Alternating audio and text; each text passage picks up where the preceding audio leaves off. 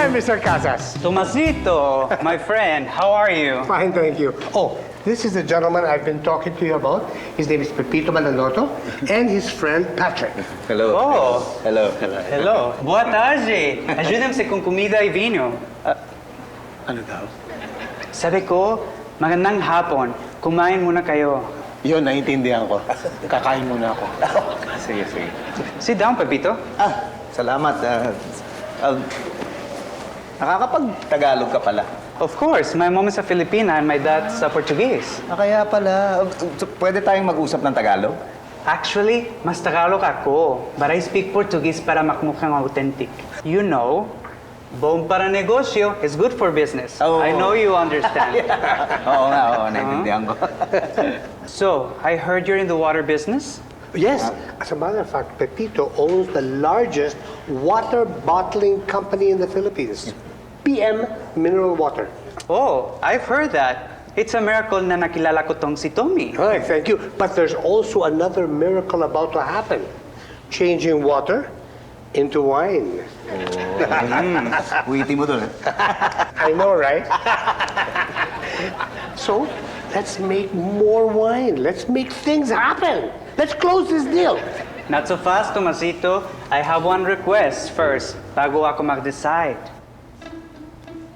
Hello. Hi. Uy.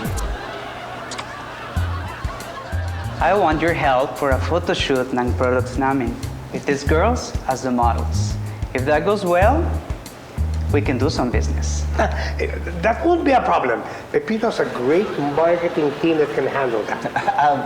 Pero kailangan ba na sila yung models? Yes. Will there be a problem? No problem at all. Pepito can do this. Pepito, is that okay with you? You'll help me with the photo shoot for my wine, right? Wine? Why not? Well, Uy, witty ka. yeah. Merienda po. Ay, thank you. Kuha na lang dito, ha? sakto! Ano yan? Kumuha ka ng sayo. Sungit naman ito.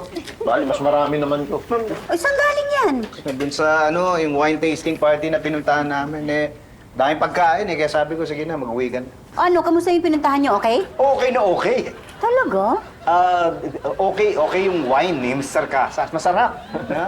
Kaya nga sana talaga, PM na yung mag-distribute nung niya, nung wine niya. Tsaka parang gusto kong tulungan dun sa yung photoshoot niya. Parang sa wine. Ano, kailangan din namin ng masasarap na wine sa KTV, hindi ba? Baka naman pwedeng sumama ako para makilala ko siya. Pwede. Baka hindi. Bakit hindi? Baka stricto si Mr. Casas. Baka ma-off siya pagka nagpunta ka dun sa photoshoot pa kasi confidential. Oo. Sige, okay. Pero hindi, huwag ka mag-alala. Sasabihin ko sa kanya na interesado ka dun sa wine niya. Na?